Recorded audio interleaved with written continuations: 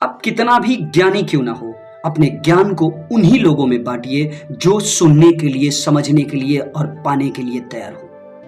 क्योंकि कभी कभी व्यक्ति ज्ञानी तो होता है, लेकिन ऐसे लोगों को ज्ञान देना शुरू कर देता है कि जो उसकी बातों पर, जो उसकी हर सोच को 1% भी फॉलो नहीं करता। ऐसा करना सरासर गलत है। नमस्कार, मैं मनीष कुमार फिर आपके सामने कुछ नया लेकर आया हूं। आज भी इसी से संबंधित कुछ बातें लाया हूं, इसलिए मैंने कुछ ज्ञान की बातें शुरू में ही बोल डाली।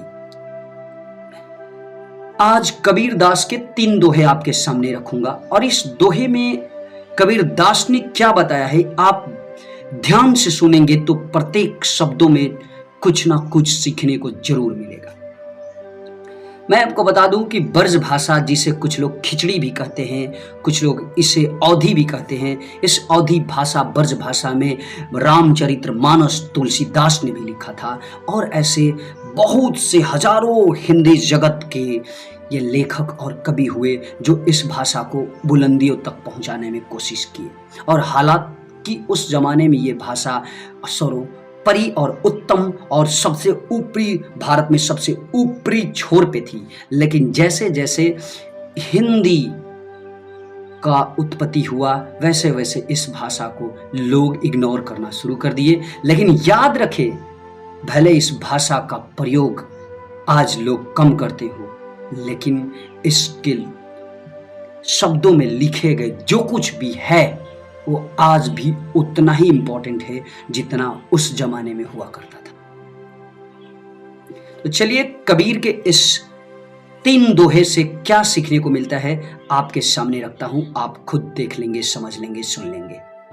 मैं आपको बता देता हूं कि अगर आपके पास कुछ कम शब्द हैं तो आप जरूर पढ़ना शुरू कर दीजिए, क्योंकि मेरा मोटो यह है कि हम जब तक पढ़ेंगे नहीं तब तक आगे बढ़ेंगे नहीं। कबीर दास जी अपने प्रथम दोहा में कहते हैं, जो जैसा उन्मान का तैसा तासो बोल, पोता को गाहक नहीं हीरा कंठी न खोल।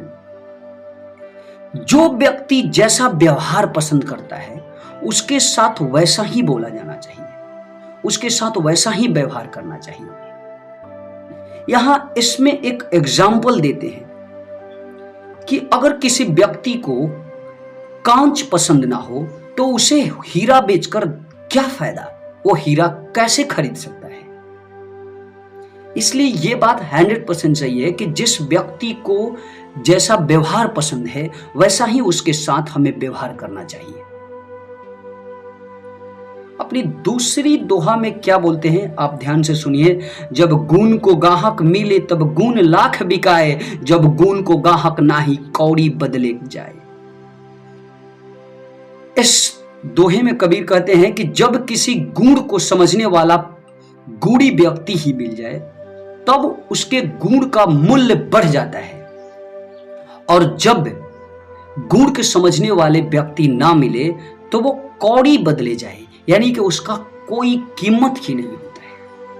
मैंने आपको शुरू में ही बताया था कि अगर आप किसी के सामने बोलते हैं तो आप परख लीजिए, समझ लीजिए कि सामने वाले को आपके इन बातों से प्रभाव आएगा या नहीं, क्योंकि ये सबसे ज्यादा मैटर करता है कि सामने वाले को अगर ये इन सारी चीजों से प्रभाव आता है तभी हमें कोशिश करना चाहिए उन्हें समझाने की। क्योंकि जब व्यक्ति समझदार हो तब उसके लिए बहुत कुछ गुण वाली बातें मैटर करता है, और जब व्यक्ति समझदार ना हो तो उसके लिए ये सब 0 शून्य के समान हो जाता है। अंतिम दोहा में कहते हैं कि एक ही बार परखिए ना बारंबार, बालू तो ही किरकिरी जो छाने 100 बार। इसमें कबीर साहब कहते हैं कि किसी भी व्यक्ति को ठीक प्रकार से एक ही बार परख लेना चाहिए, उसे बारंबार परखने की आवश्यकता नहीं होती। अगर आप, एक बात यहां एग्जांपल देते हैं कि आप बालू को अगर एक बार छानिए और फिर बार बार छानिए फिर भी उसकी किरकिरी खत्म नहीं होगी। वैसे भी अगर आप सही से किसी व्यक्ति को एक बार अगर परख लेते हैं तो एक ही बार में आपको 100% पता चल जाएगा। ये थे इनके 3 दोहे। एक बार फिर आपके सामने कुछ नया लेकर जरूर आता रहूँगा, और मुझे दीजिए आज के लिए इजाज़त।